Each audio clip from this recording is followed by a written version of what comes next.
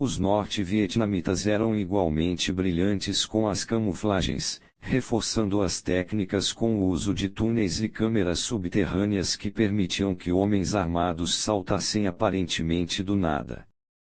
Pior, em um tipo diferente de camuflagem, eles podiam se misturar com a população civil. Impedir que seus inimigos o vejam até ser tarde demais é um modo devastador de controlar a percepção deles. A estratégia de camuflagem pode ser aplicada à vida diária de dois modos. Primeiro, é sempre bom ser capaz de se fundir na paisagem social, evitar chamar atenção para si mesmo a não ser que você escolha fazer isso. Quando você fala e age como todo mundo, imitando seus sistemas de crenças, quando você se mistura na multidão, você torna impossível para as pessoas verem qualquer coisa especial em seu comportamento. Aparência é o que conta, vista-se e fale como um homem de negócios e você é um homem de negócios, isso lhe dá um grande espaço para se movimentar e tramar sem ser notado. Como um louva a Deus em uma folha, você não se distingue de seu contexto, uma excelente defesa em épocas de fraqueza. Segundo, se você está preparando algum tipo de ataque e começa misturando-se ao ambiente, não mostrando nenhum sinal de atividade, seu ataque parecerá vir do nada, duplicando seu poder. O modelo hipnótico, segundo Maquiavel, os seres humanos tendem naturalmente a pensar em termos de padrões. Eles gostam de ver as coisas conformando-se com suas expectativas ao se encaixarem em um modelo ou esquema, pois esquemas, não importa qual seja seu verdadeiro conteúdo, nos confortam ao sugerirem que o caos da vida é previsível. Este hábito mental oferece excelente terreno para fraudes, usando uma estratégia que Maquiavel chama de aclimatação, criando deliberadamente algum padrão que faz seus inimigos acreditarem que sua próxima ação será fiel à forma. Depois de deixá-las tranquilas, você agora tem espaço para trabalhar contra as expectativas delas, romper com o padrão e apanhá-las de surpresa. Na Guerra dos 6 Dias, em 1967, os israelenses sujeitaram seus inimigos árabes a uma devastadora derrota relâmpago. Ao fazer isso, eles confirmaram todas as suas crenças militares pré-existentes: os árabes eram indisciplinados, suas armas, antiquadas e suas estratégias, rançosas. 6 anos depois, o presidente egípcio Anwar Sadat explorou estes preconceitos, sinalizando que seu exército estava desbaratado e ainda humilhado com a derrota em 1967 e que ele estava discutindo com seus patronos soviéticos. Quando o Egito e a Síria atacaram Israel no Yom Kippur, em 1973, os israelenses foram apanhados quase totalmente de surpresa. Sadat os havia enganado, induzindo-os a baixar a guarda. Esta tática pode se estender indefinidamente. Quando as pessoas sentirem que você as enganou, vão esperar que você as engane de novo, mas em geral pensam que você vai tentar algo diferente da próxima vez. Ninguém, dirão para si mesmos, é tão idiota de repetir o mesmo truque com a mesma pessoa. É agora, claro, o momento exato de repeti-lo, seguindo o princípio de sempre trabalhar contra as expectativas de seu inimigo. Lembre-se do exemplo do conto de Edgar Allan Poe, A Carta Furtada: esconda algo no lugar mais óbvio, porque é ali que ninguém vai procurar. Informações plantadas: as pessoas tendem muito mais a acreditar no que veem com seus próprios olhos do que em algo que lhe dizem. Elas tendem muito mais a acreditar em algo que descobrem do que naquilo que lhe impingem.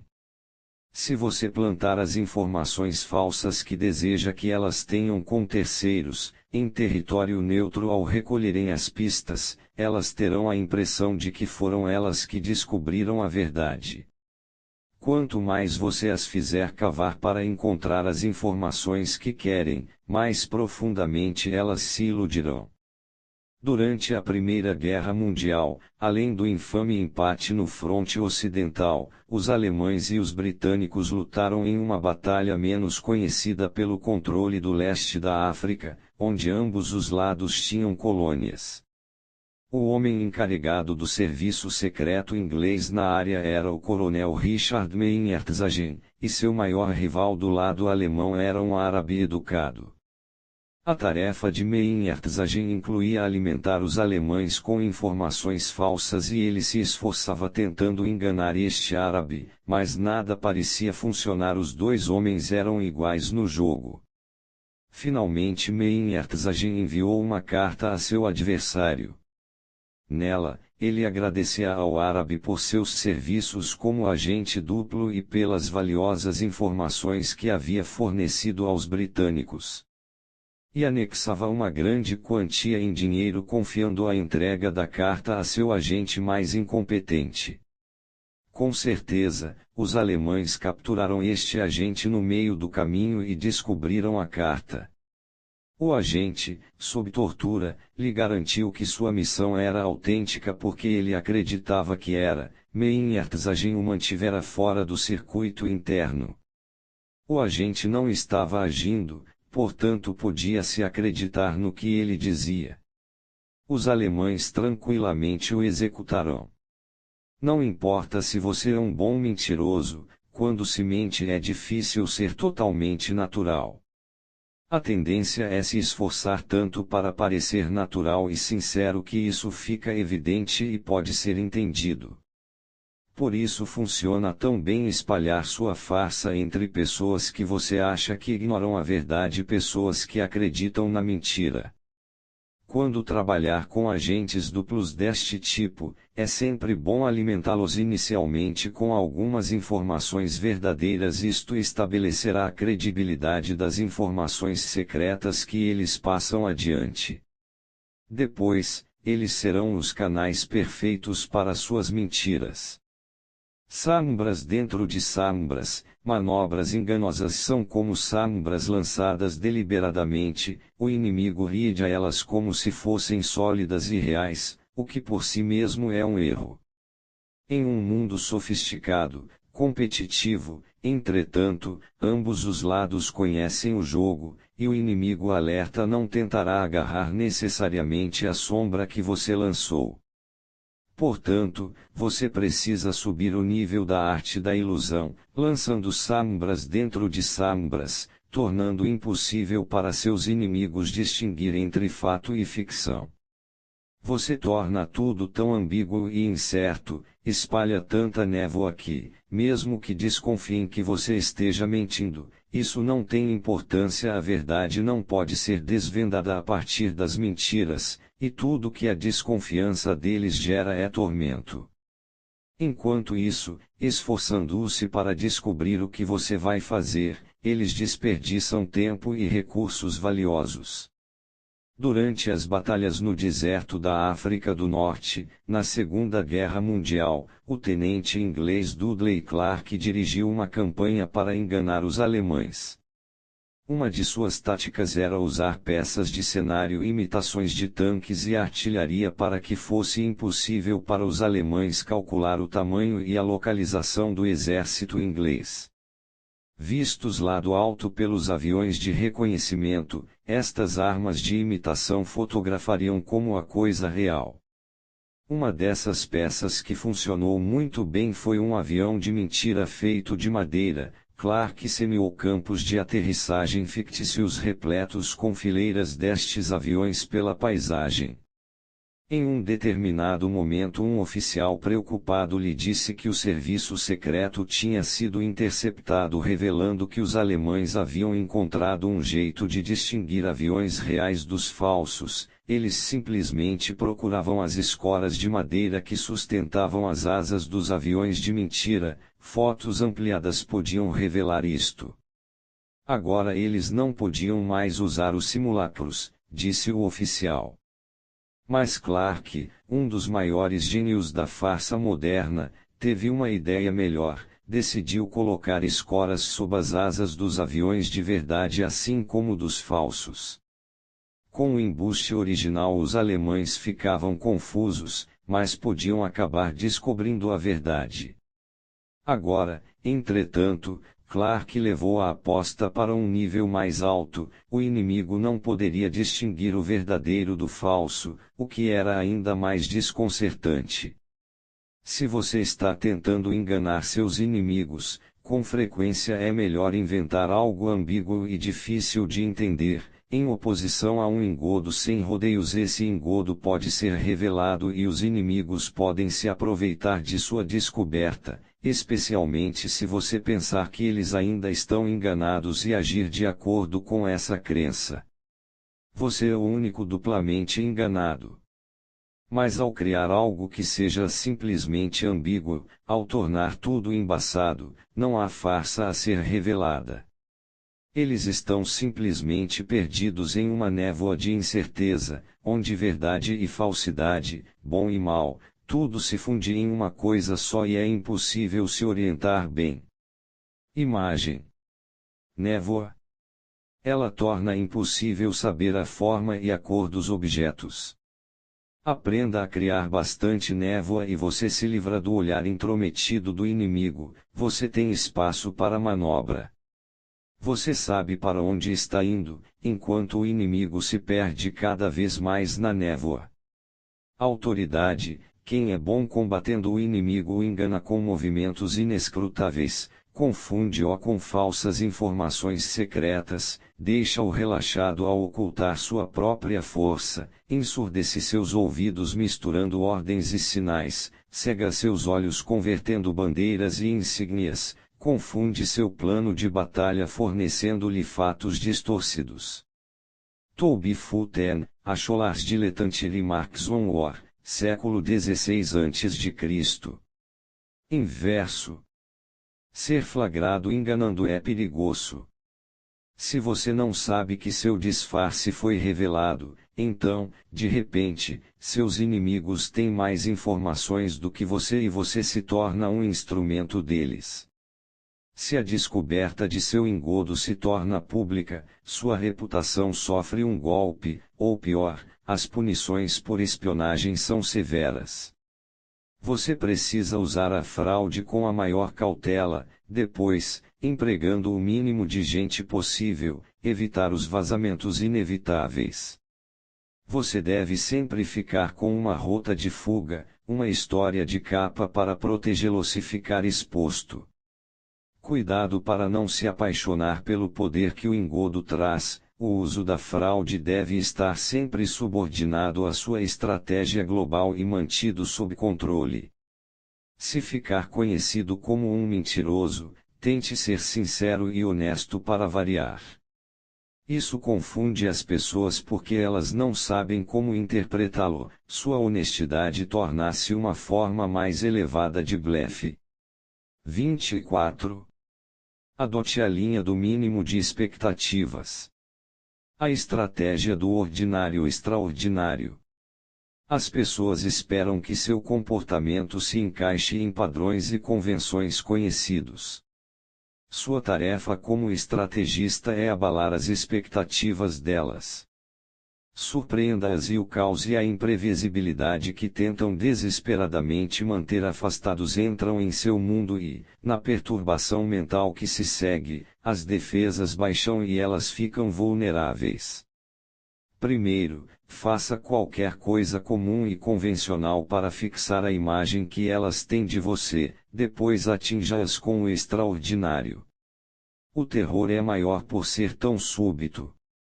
Jamais confie em uma estratégia não ortodoxa que funcionou antes, ela é convencional na segunda vez.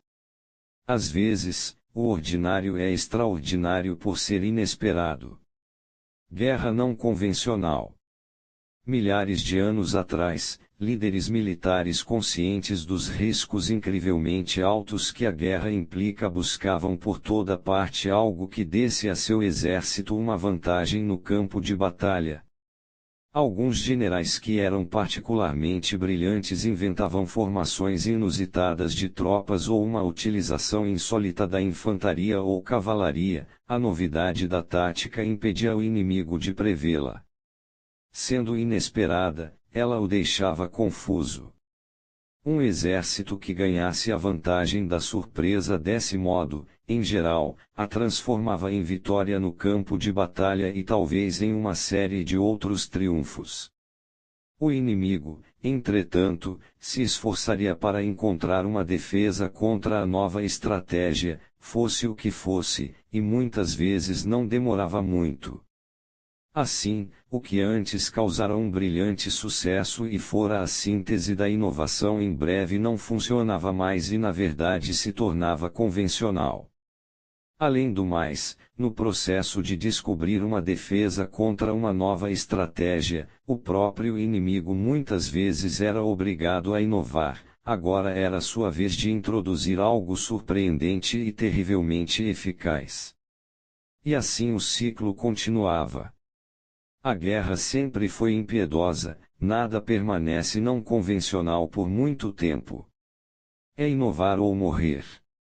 No século XVIII, nada surpreendeu mais do que as táticas do rei prussiano, Frederico, o Grande. Para superar o sucesso de Frederico, os teóricos militares franceses tiveram novas ideias radicais que foram finalmente testadas no campo de batalha por Napoleão. Em 1806, Napoleão venceu os prussianos que ainda estavam usando as táticas que já tinham sido não convencionais de Frederico, o Grande, agora corriqueiras na Batalha de Generalstadt. Os prussianos ficaram humilhados com a derrota, agora competia a eles inovar. Eles estudaram em profundidade o sucesso de Napoleão, adaptaram suas melhores estratégias e as levaram mais adiante, criando as sementes para a formação do Estado-Maior alemão. Este novo exército prussiano representou um grande papel na derrota de Napoleão em Waterloo, e continuou dominando o cenário militar durante décadas. Em épocas modernas, o constante desafio para superar o inimigo com algo novo e não convencional desviou-se para uma guerra suja. Afrouxando os códigos de honra e moralidade que no passado limitavam o que um general podia fazer, pelo menos até certo ponto, os exércitos modernos lentamente adotaram a ideia do vale-tudo. Táticas de guerrilha e terrorismo são conhecidas desde a antiguidade. Agora elas se tornaram não apenas mais comuns como mais estratégicas e refinadas. Propaganda, desinformação, guerra psicológica, mentiras e meios políticos de travar guerra, tudo isso passou a ser ingrediente ativo em qualquer estratégia não convencional. Uma contra-estratégia em geral se desenvolve para lidar com o que há de mais recente na guerra suja, mas quase sempre isso implica descer ao nível do inimigo, combatendo fogo com fogo. O inimigo inescrupuloso se adapta baixando a um nível ainda mais sórdido, criando uma espiral descendente. Esta dinâmica é particularmente intensa na arte da guerra, mas permeia cada aspecto de atividade humana. Se você está na política e no mundo dos negócios, e seus adversários ou concorrentes surgem com uma nova estratégia, adapte-a a seus próprios propósitos ou, melhor, supere a tática deles que já foi nova se torna convencional e basicamente inútil.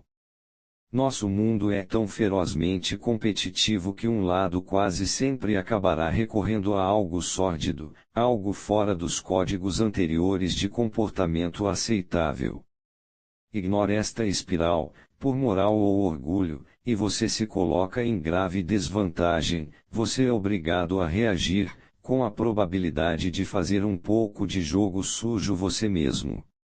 A espiral domina não apenas a política ou os negócios, mas a cultura também, com sua desesperada busca do chocante e inusitado para chamar atenção e conquistar aclamação momentânea. Vale tudo.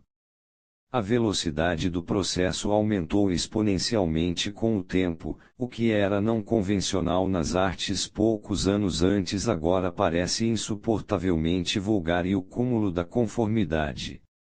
O que nós consideramos não convencional mudou ao longo dos anos, mas as leis que tornam efetivo este não convencionalismo, estando baseadas na psicologia elementar, são eternas. E estas leis imutáveis revelam-se na história da arte de guerrear. Há quase 2.500 anos, o grande estrategista chinês Sun Tzu expressou a essência dessas leis em sua discussão de meios ordinários e extraordinários. Sua análise é tão relevante para a política e para a cultura quanto é para a guerra, seja limpa ou suja. E uma vez compreendendo a essência da guerra não convencional, você será capaz de usá-la em sua vida diária. A guerra não convencional tem 4 princípios básicos, conforme compilado de grandes praticantes da arte.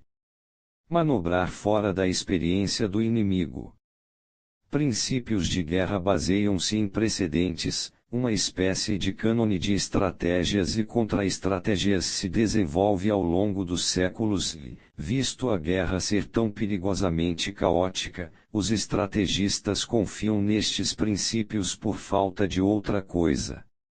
Eles filtram o que está acontecendo agora através do que aconteceu no passado. Os exércitos que abalaram o mundo, entretanto, sempre encontraram um jeito de operar fora do cânone e, por conseguinte, fora da experiência do inimigo.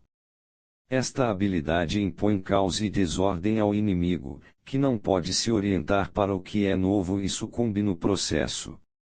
Sua tarefa como estrategista é conhecer bem seus inimigos, depois usar seu conhecimento para inventar uma estratégia que fuja à experiência deles. O que possam ter lido ou escutado importa menos do que suas experiências pessoais, que dominam suas vidas emocionais e determinam suas reações. Quando os alemães invadiram a França, em 1940, os franceses tinham conhecimento em segunda mão de seu estilo de guerra relâmpago, a Blitzkrieg, devido à invasão da Polônia pela Alemanha no ano anterior, mas nunca a haviam experimento pessoalmente e ficaram arrasados. Entretanto, já tendo sido usada e não sendo mais estranha à experiência de seu inimigo, a estratégia não terá o mesmo efeito se repetida. Tirar do ordinário o que é extraordinário. Para Sun Tzu e os antigos chineses, fazer algo extraordinário tinha pouco efeito sem a organização de algo ordinário. Você tinha de misturar as duas coisas, acalmar as expectativas de seus adversários com uma manobra banal, ordinária, um padrão confortável que em seguida eles esperam que você siga. Com o inimigo suficientemente hipnotizado, você poderia então atacar com o extraordinário, uma demonstração de força surpreendente de um ângulo totalmente novo. Enquadrado no previsível, o golpe teria o dobro do impacto. A manobra não convencional que confundiu os inimigos, entretanto, teria se tornado convencional na segunda ou terceira vez.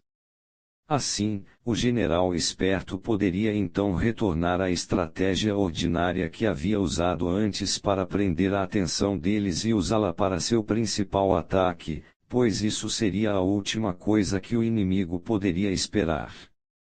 E assim o ordinário e o extraordinário funcionam apenas caso se joguem um contra o outro em uma constante espiral. Isto se aplica à cultura tanto quanto à guerra. Para chamar atenção com um produto cultural, você tem de criar algo novo, mas algo sem referência à vida ordinária não é de fato não convencional, mas simplesmente estranho. O que é chocante e extraordinário surge do que é ordinário. O entrelaçamento do ordinário com o extraordinário é a própria definição de surrealismo. Agir com a esperteza de uma raposa. Apesar das aparências, um bocado de desordem e irracionalidade está à espreita sob a superfície da sociedade e dos indivíduos. É por isso que lutamos desesperadamente para manter a ordem e é por isso que as pessoas que agem irracionalmente assustam, elas estão demonstrando que perderam os muros que construímos para nos proteger do que é irracional. Não podemos prever o que essas pessoas farão em seguida e nossa tendência é ficar longe delas. Não vale a pena misturar-se com essas fontes de caos. Por outro lado, estas pessoas podem também inspirar uma espécie de admiração e respeito, porque no íntimo todos nós desejamos ter acesso aos oceanos irracionais que se agitam dentro de nós.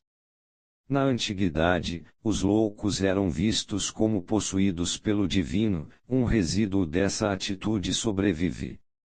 Todos os grandes generais tiveram um toque de loucura estratégica, divina. O segredo é manter este traço sob controle. De vez em quando você se permite operar de um modo que é deliberadamente irracional, porém menos é mais. Exagere e você pode ser preso.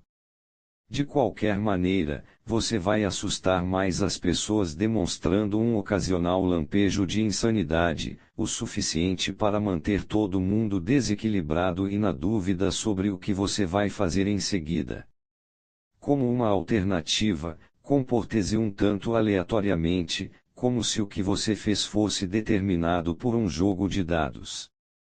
A aleatoriedade é profundamente perturbadora para os humanos. Pense neste comportamento como uma espécie de terapia, uma chance de curtir o irracional de vez em quando, como um alívio da necessidade opressiva de sempre parecer normal. Manter as rodas em constante movimento. O não convencional costuma ser província dos jovens, que não se sentem à vontade com as convenções e se divertem zombando delas. O perigo é que, com a idade, precisamos de mais conforto e previsibilidade, e perdemos nosso gosto pelo que não é ortodoxo. Foi assim que Napoleão decaiu como estrategista. Ele passou a confiar mais no tamanho de seu exército e em sua superioridade em armamentos do que em novas estratégias e manobras fluidas.